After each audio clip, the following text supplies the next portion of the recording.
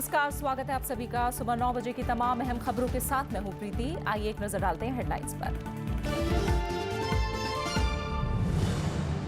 लश्कर से पैसा लेने की जांच में जुटी एनआईए, हुर्रियत नेताओं से भी होगी पूछताछ। प्रवर्तन निदेशालय का शब्बीर शाह को समन। जीएसटी परिषद में सेवाओं की 4 दरें तय, शिक्षा और स्वास्थ्य दायरे से बाहर, आभूषणों पर बाद में तय होगा टैक्स।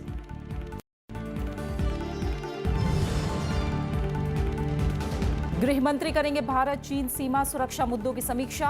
गंगटोक में 5 राज्यों के मुख्यमंत्रियों के साथ बैठक, भारत तिब्बत सीमा पुलिस के समन्वय पर जोर।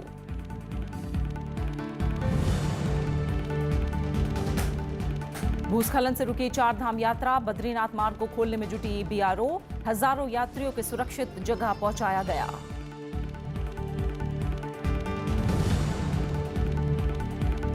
भारतीय अंडर 17 फुटबॉल टीम ने इटली को दी मात, मुकाबले में 2-0 से ऐतिहासिक जीत। तीरंदाजी विश्व कप फाइनल में पहुंचा भारत।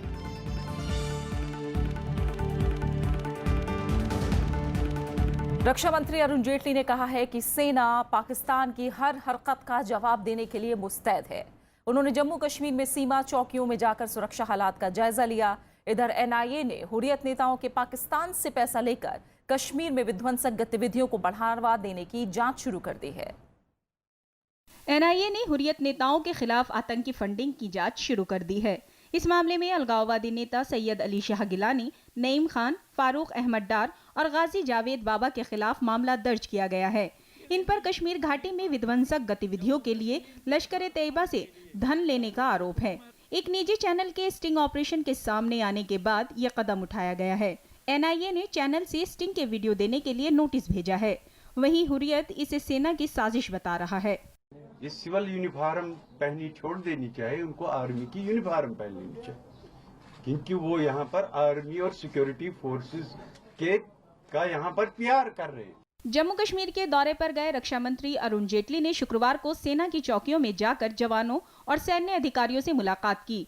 उन्होंने कहा कि सेना पाकिस्तान की ओर से घुसपैठ और संघर्ष विराम उल्लंघन का जवाब देने के लिए पूरी तरह से मुस्तैद है। What has happened is something which is absolutely not acceptable to our armed forces. That our troops and our army is in a fully state of readiness to check any form of infiltration.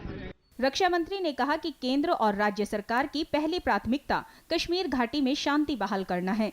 दक्षिण कश्मीर छोड़कर बाकी इलाकों में सामान्य हालात हैं, लेकिन आतंकियों के साथ कोई रियायत नहीं बरती जाएगी। There is a problem in South Kashmir in certain areas, but Srinagar particularly has been extremely hospitable and absolutely peaceful. As far as the average peace-loving citizen is concerned, we want him to have a peaceful and prosperous life, but then we'll go very hard on the militants. Jammu Kashmir में हाल के दिनों में आतंकी घटनाओं और विरोध प्रदर्शन के दौरान पत्थरबाजी की घटनाओं में तेजी आई है और इसके पीछे पाकिस्तान स्थित आतंकी संगठन और आईएसआई की ओर फंडिंग का खुलासा स्टिंग ऑपरेशन के जरिए हुआ है। Bureau report, Rajya Sabha TV. प्रवर्तन निदेशालय ने अलगाववादी हुर्रियत नेता शब्बीर शाह को पूछताछ के लिए तलब किया है। निदेशालय ने 10 साल पुराने मामले में नोटिस जारी किया है। शब्बीर शाह पर आतंकी गतिविधियों के लिए हवाला के जरिए पैसों के लेन देन का आरोप है। प्रवर्तन निदेशालय शब्बीर शाह से 25 मई को पूछताछ करेगा। 2005 के इस मामले में हुर्रियत नेता को पहले भी कई बार नोटिस भेजा जा चुका है। इस मामले में दिल्ली पुलिस की विशेष टीम ने मोहम्मद असलम वानी नाम के हवाला कारोबारी को गिरफ्तार किया था, जिसने शब्बीर शाह को 2 करोड़ से ज्यादा की रकम देने का आरोप लगाया था। वस्तुओं के बाद जीएसटी परिषद ने शुक्रवार को सेवाओं की दरें भी तय कर दी। स्वास्थ्य और शिक्षा को जीएसटी से बाहर रखा गया है। सोने पर अभी फैसला नहीं हुआ है। वित्त मंत्री ने कहा कि जीएसटी की दरों से महंगाई बढ़ने की आशंका पूरी तरह से खत्म हो गई है। श्रीनगर में 2 दिन तक चली जीएसटी परिषद की बैठक में वस्तुओं और सेवाओं की टैक्स दरों को मंजूरी दी गई। बैठक के बाद वित्त मंत्री ने कहा कि इन दरों से महंगाई में इजाफा नहीं होगा। उन्होंने कहा कि वर्तमान दरों और जीएसटी की दरों में ज्यादा फर्क नहीं है। GST should not be oriented to increase inflation, so there is hardly anything where rates have been hiked. Either the present levels have been maintained or brought down, and therefore the GST itself, besides being a more efficient tax, is also going to be consumer friendly. शुक्रवार की बैठक में सेवाओं की दरें तय की गईं। इन पर 5, 12, 18 और 28% की दर से टैक्स लगेगा। जिन रेस्टोरेंट का टर्नओवर 50 लाख या उससे कम है, उन पर 5% की दर से टैक्स लगेगा। गैर एसी रेस्टोरेंट्स पर 12, एसी रेस्टोरेंट्स पर 18 और 5 सितारा होटलों पर 28% की दर से टैक्स लगेगा। परिवहन पर 5% की दर से टैक्स लगेगा। इकोनॉमी क्लास पर 5 तो बिजनेस क्लास हवाई यात्रा पर 12% टैक्स लगेगा। हेल्थ केयर, शिक्षा, मेट्रो, लोकल ट्रेन, धार्मिक यात्रा और हज यात्रा को जीएसटी से बाहर रखा गया है। Most of the work relating to the rollout has been completed. Only a few things remain. That is in the goods category, those 6 categories which had still to be decided. We need a little more time for discussions. गुरुवार को परिषद ने वस्तुओं पर कर की दरें तय की थीं। इसके तहत अनाज और घरेलू चीजों पर अभी के मुकाबले कम टैक्स लगेगा। सोना समेत 6 वस्तुओं पर फैसला नहीं हुआ है। इसके लिए 3 जून को फिर से बैठक होगी। Bureau report, Rajya Sabha TV. Sikkim की राजधानी गंगटोक में आज से हिमालय क्षेत्र के 5 राज्यों के मुख्यमंत्रियों और केंद्र के बीच बैठक शुरू हो रही है। गृहमंत्री राजनाथ सिंह बैठक की अध्यक्षता करेंगे। बैठक में चीन भारत सीमा पर सुरक्षा और सीमावर्ती क्षेत्रों में बुनियादी संरचना के विकास पर चर्चा होगी। भारत चीनी सीमा पर सुरक्षा इंतजामों को दुरुस्त करने में जुटा है। इसी सिलसिले में पहली बार चीन की सीमा से सटे राज्यों के मुख्यमंत्रियों के साथ केंद्रीय गृह मंत्री राजनाथ सिंह अहम बैठक करेंगे। गंगटोक में होने वाली इस बैठक में सीमावर्ती इलाकों में सुरक्षा व्यवस्था की समीक्षा की जाएगी। बैठक का मकसद सीमा सुरक्षा को पूरी तरह सुधारने के लिए केंद्र और 5 राज्यों के बीच समन्वय को मजबूत करना है। इसके अलावा बैठक में विकास योजनाओं की गति पर भी विचार होगा। केंद्र के जरिए सीमा पर किए गए बुनियादी ढांचे के कार्यों पर, सीमावर्ती क्षेत्रों में विकास कार्यक्रम और राज्यों और भारत तिब्बत सीमा पुलिस के बीच समन्वय के मुद्दे पर चर्चा होगी। बैठक में सड़कों के निर्माण, सीमावर्ती क्षेत्रों में बुनियादी संरचनाओं की कमी से उपजे हालात पर ध्यान देने और दूसरे कई मुद्दों पर ध्यान दिया जाएगा। एनएसजी की सदस्यता, मसूद अजहर और चीन पाकिस्तान आर्थिक गलियारे जैसे मुद्दों को लेकर भारत और चीन के बीच तल्खी बढ़ी है। पिछले हफ्ते भारत ने अखंडता के उल्लंघन का हवाला देते हुए वन बेल्ट वन रोड परियोजना के लिए चीन की बुलाई बैठक का बहिष्कार कर दिया था। चीन भी भारत के बैठक से किनारा करने को लेकर नाराजगी जाहिर कर चुका है। इसके पहले चीन ने अरुणाचल के कुछ शहरों के नाम बदलकर चीनी भाषा में रखे थे। इसके जरिए चीन ने अपनी कूटनीति का संकेत दिया था। वहीं दलाई लामा के अरुणाचल प्रदेश दौरे पर भी चीन आपत्ति जता चुका है। बैठक इसलिए भी अहम है कि चीन ने सीमा पर सड़कों, पुलों, रेल नेटवर्क और हवाई अड्डों का निर्माण करके अपने बुनियादी ढांचे को मजबूत किया है। भारत की चीन के साथ 3,480 किलोमीटर लंबी सीमा है। ये सीमा जम्मू कश्मीर, हिमाचल प्रदेश, उत्तराखंड, सिक्किम और अरुणाचल प्रदेश से होकर गुजरती है। Bureau report, Rajya Sabha TV. कानून और न्याय मंत्रालय से जुड़ी संसद की स्थायी समिति ने चुनाव आयोग से ईवीएम को लेकर आशंकाओं को दूर करने को कहा है। समिति ने चुनाव आयोग से कहा कि वो राजनीतिक दलों के साथ जनता और मीडिया को भी इस बारे में सही जानकारी दे। ईवीएम में गड़बड़ी की शिकायतों को कानून और न्याय मंत्रालय से जुड़ी स्थायी समिति ने काफी गंभीरता से लिया है। कांग्रेस सांसद आनंद शर्मा की अध्यक्षता वाली समिति ने शुक्रवार को संसद भवन में इस बारे में बैठक की। इसमें चुनाव आयोग के अधिकारियों को भी तलब किया गया। समिति ने चुनाव आयोग से सवाल किया कि कंप्यूटर में हैकिंग और वायरस हमले की तरह क्या ईवीएम में भी गड़बड़ी हो सकती है। इसके बाद चुनाव आयोग के अधिकारियों ने विस्तार से बताया कि ईवीएम मशीन में हेरफेर नहीं की जा सकती है। The committee proceedings are never disclosed. Election Commission has made a detailed presentation and it's an ongoing exercise. We cannot say anything beyond. संसदीय समिति के सदस्यों ने जोर दिया कि मतदाताओं और पार्टियों के मन से इस आशंका को दूर करना जरूरी है कि ईवीएम में हेरफेर हो सकती है। समिति ने चुनाव आयोग से ये भी पूछा कि क्या फिर से बैलेट पेपर से चुनाव कराने पर विचार करना चाहिए। Discussed with the government and with the Election Commission. It's an ongoing exercise. Electoral reforms deals with comprehensive matters, not only the conduct or a machine. It deals with multiple issues, including election funding. समिति ने चुनाव सुधार के अन्य मामलों, सरकारी funding, विस्थापित मतदाताओं और मतदान फीसदी बढ़ाने पर भी विचार करने पर जोर दिया। चुनाव आयोग के साथ संसदीय समिति की ये पहली बैठक थी। जरूरत पड़ने पर और बैठकें भी होंगी। इस बीच संसदीय समिति ने इन मामलों पर जनता, विशेषज्ञों और संस्थाओं से भी बात करेगी। इससे पहले 12 मई को चुनाव आयोग ने इस मामले पर सर्वदलीय बैठक बुलाई थी।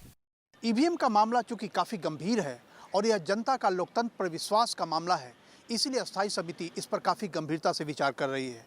हालांकि अपनी पिछली रिपोर्ट में भी अस्थायी समिति ने ईवीएम मामले पर ध्यान देने की जरूरत बताई थी, लेकिन इधर के दिनों में इतनी ज़्यादा गहराई से इस पर विचार होना शुरू हुआ है, इसलिए सरकार पर यह दायित्व बनता है कि चुनाव आयोग से विचार कर इस मामले की जल्द से जल्द जाँच भी करे और इस पर अपनी सफाई भी पेश करे। राज्यसभा टेलीविजन के लिए कैमरा पर्सन सुदीप्तो के साथ दिल्ली से अखिलेश सुमन। इलेक्ट्रॉनिक वोटिंग मशीनों की प्रामाणिकता पर उठे सवालों के बीच चुनाव आयोग आज मशीनों को लेकर डेमो देगा। डेमो के जरिए आयोग साबित करेगा कि ईवीएम के साथ छेड़छाड़ नहीं की जा सकती। इसके अलावा चुनाव आयोग की तरफ से एक प्रेस कॉन्फ्रेंस भी की जाएगी। माना जा रहा है कि चुनाव आयोग डेमो देने के साथ ही ईवीएम के हैक करने की चुनौती के लिए तारीख का ऐलान कर सकता है। इसके तहत सिर्फ उन लोगों या राजनीतिक दलों को मौका मिलेगा जिन्होंने मशीन में गड़बड़ी की शिकायत दर्ज कराई थी। दिल्ली के पूर्व मंत्री कपिल मिश्रा ने मुख्यमंत्री अरविंद केजरीवाल पर हवाला का आरोप लगाया है। उन्होंने कहा कि इसी वजह से केजरीवाल ने नोटबंदी का विरोध किया। इस बीच मंत्री सत्येंद्र जैन ने कपिल के खिलाफ मानहानि की शिकायत दर्ज कराई है। पूर्व मंत्री कपिल मिश्रा ने शुक्रवार को अरविंद केजरीवाल पर नए आरोप लगाए। उन्होंने कहा कि पार्टी को जिन 4 कंपनियों से 2 करोड़ का चंदा मिला था, उनकी रसीदें और कंपनियां फर्जी हैं। कपिल मिश्रा ने आरोप लगाया कि आम आदमी पार्टी में हवाला का पैसा लगा है। हवाला का अरविंद केजरीवाल का इससे सीधा संबंध आज तक हिंदुस्तान के इतिहास में किसी राजनेता का साबित नहीं हुआ। सरकारी ठेके एक कंपनी को दिए जा रहे हैं, उसी के माध्यम से चंदा लिया जा रहा है। बीते गुरुवार को मुकेश शर्मा नाम के एक शख्स ने दावा किया था कि उसने ही आम आदमी पार्टी को 2 करोड़ रुपए चंदा दिया था। अरविंद केजरीवाल ने बचाव में एक निजी चैनल से मुकेश शर्मा की बातचीत का वीडियो भी ट्वीट किया था। पार्टी ने कपिल के आरोपों को खारिज किया है। सरकार की एजेंसियां जिस प्रकार से भी कार्रवाई करना चाहे करें, लेकिन पूरा ये देश देख रहा है कि आम आदमी पार्टी और अरविंद केजरीवाल को बदनाम करने के लिए भारतीय जनता पार्टी किस प्रकार से एक के बाद दूसरी, दूसरे के बाद तीसरी साजिशें रच रही है। कपिल को 6 मई को जल, पर्यटन और संस्कृति मंत्री के पद से बर्खास्त कर दिया गया था। इसके बाद उन्होंने केजरीवाल पर भ्रष्टाचार से जुड़े कई गंभीर आरोप लगाए और उन्होंने भ्रष्टाचार निरोधक ब्यूरो और सीबीआई में शिकायत दर्ज कराई है। Pranav Goswami, Rajya Sabha TV. National green tribunal ने यमुना के आसपास शौच करने और कचरा फेंकने पर रोक लगा दी है। इस आदेश का उल्लंघन करने वालों को 5,000 का जुर्माना भरना पड़ेगा। एनजीटी ने दिल्ली जल बोर्ड के मुख्य कार्यकारी की अध्यक्षता में समिति का गठन किया है। समिति यमुना की सफाई की निगरानी करेगी। समिति को समय समय पर रिपोर्ट देनी होगी। नदी में बढ़ते प्रदूषण को देखते हुए दिल्ली सरकार और नगर निगमों को रिहायशी इलाकों में उद्योगों के खिलाफ जल्द कार्रवाई करने को कहा गया है। यह आदेश यमुना की साफ सफाई से जुड़ी एक योजना पर सुनवाई के दौरान आया है।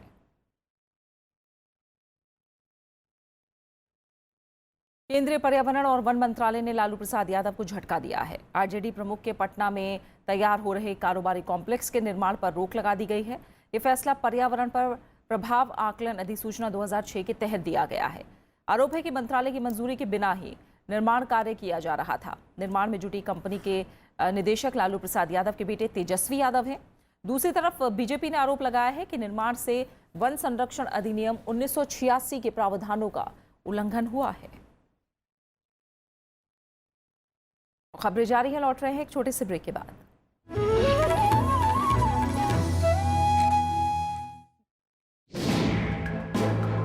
हिंदी का क्रांतिकारी उपन्यासकार, आंचलिक शब्दों को मुख्य धारा से जोड़ने वाला साहित्यकार, पर्दे पर लोक साहित्य की छटा दिखाने वाला बेजोड़ रचनाकार। उनकी नजर, उनका शहर में फणीश्वरनाथ रेणु का रचना संसार।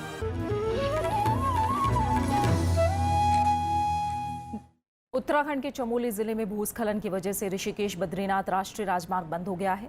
भूस्खलन विष्णुप्रयाग के नजदीक शुक्रवार को हुआ। अलग अलग जगह 1000 से 1500 लोगों के फंसे होने की आशंका है। रास्ता खोलने का काम जारी है। पहाड़ों के बीच उठता गुबार, टूटकर बिखरती चट्टानें, दहला देने वाली तस्वीरें हैं विष्णुप्रयाग के नजदीक की। ऋषिकेश बद्रीनाथ राष्ट्रीय राजमार्ग पर शुक्रवार को एक बड़ा हादसा टल गया।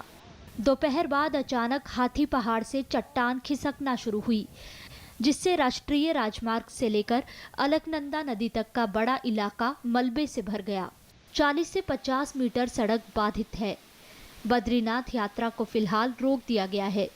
तीर्थयात्रियों को राहत मुहैया कराने के लिए प्रशासन हर मुमकिन कोशिश में जुटा है। सूचना हमारे पास पहले से थी, तो हमने पहले से ही अलर्ट थे, इसलिए कोई कैजुअलिटी नहीं है।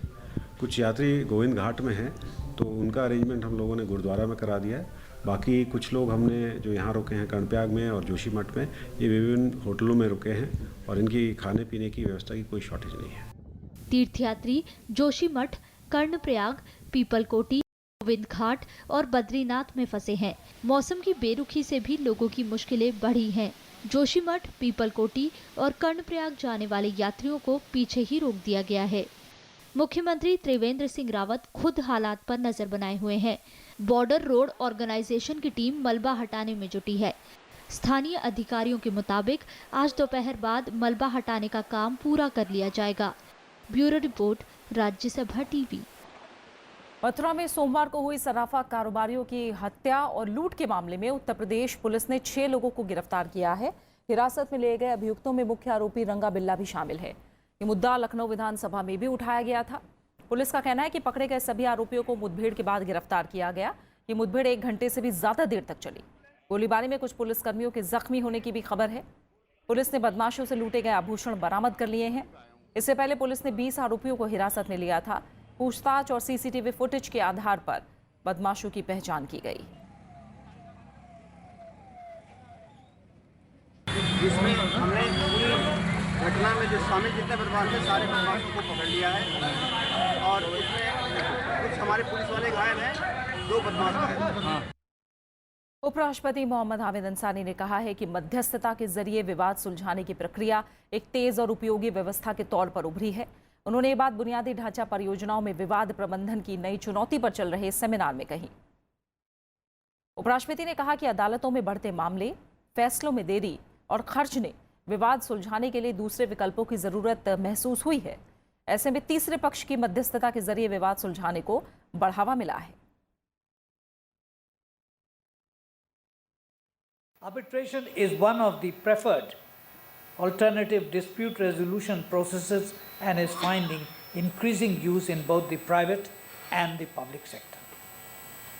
Arbitration is often understood as a process where the disputing parties present their case to a neutral third party who renders a decision. It is considered an efficient alternative to litigation. Bharat ने 2025 तक TB की बीमारी का पूरी तरह खात्मा करने का लक्ष्य तय किया है, जबकि वैश्विक स्तर पर इसे 2030 तक पूरी तरह खत्म करने की कोशिश की जा रही है। केंद्रीय स्वास्थ्य और परिवार कल्याण मंत्री जेपी नड्डा ने कहा कि भारत ने राष्ट्रीय सामरिक क्रिया योजना के तहत टीबी उन्मूलन कार्यक्रम को कार्यान्वित करने का फैसला किया है। केरल के तिरुवनंतपुरम में डेंगू के बढ़ते खतरे ने लोगों को दहशत में डाल दिया है। यहाँ डेंगू पीड़ितों की संख्या आए दिन बढ़ती जा रही है। राज्य में अगले महीने मानसून दस्तक देने वाला है। ऐसे में डेंगू से निपटना बड़ी चुनौती बन सकता है। केरल की राजधानी तिरुवनंतपुरम के इस अस्पताल में मरीजों की हालत देखकर अंदाजा लगाया जा सकता है कि डेंगू का कहर किस कदर टूटा है। मरीजों की तादाद इतनी ज्यादा है कि अस्पताल में बेड भी कम पड़ गए हैं। यही नहीं, अस्पताल के 35 से ज्यादा कर्मचारी भी डेंगू की चपेट में हैं। पिछले हफ्ते अस्पताल के टेक्नीशियन की डेंगू से मौत के बाद लोग दहशत में हैं। अस्पताल में पत्नी का इलाज कराने आए पुरुषोत्तम भी अस्पताल के चक्कर लगा रहे हैं। കൗണ്ട് കുറഞ്ഞ് അല്പം കൂടുന്നുണ്ട്. അവിടെ ചികിത്സയിലാണ്. ഡോക്ടർ പറഞ്ഞു കുഴപ്പമില്ല, അവർ ടെസ്റ്റ് എഴുതി തരും, കൗണ്ട് നോക്കി എഴുതി തരും. അങ്ങനെ പോയി ഇപ്പം കൂടി വരുന്നുണ്ട് കൗണ്ട്. अब तक यहाँ डेंगू के 100 से ज्यादा मामले सामने आ चुके हैं। वहीं पूरे तिरुवनंतपुरम में 280 मामले दर्ज किए गए। स्वास्थ्य अधिकारी भी मानते हैं कि हालात पर काबू पाने में वक्त लगेगा। We don't have a specific medication. So what we do is we check the platelet and monitor the patient, reassure the patient, and also we give plenty of oral fluids, suggest oral fluids, and give vitamins. Unusual. Especially, definitely, we have to be very, very careful because generally in the pre-monsoon time, in Kerala there will be an increase in the fever incidents. राज्य में अगले महीने monsoon Dastak देने वाला है। ऐसे में dengue से निपटना बड़ी चुनौती होगी।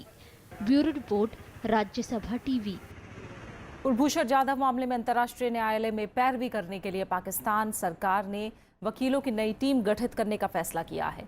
पाकिस्तानी प्रधानमंत्री नवाज शरीफ के विदेश मामलों के सलाहकार सरताज अजीज ने ये ऐलान किया है। पाकिस्तान में अंतर्राष्ट्रीय न्यायालय के कुलभूषण जाधव की फांसी पर फैसला आने तक रोक के आदेश पर पाकिस्तान में बौखलाहट है। विपक्ष और लोग इसे नवाज शरीफ सरकार की नाकामी बता रहे हैं और मामले की पैरवी करने वाले पाकिस्तानी वकील खैबर कुरैशी की क्षमता पर सवाल उठाए जा रहे हैं। पाकिस्तानी अखबार ने सरताज के हवाले से कहा है कि पाकिस्तान की सुरक्षा और संप्रभुता को बनाए रखना बेहद जरूरी है।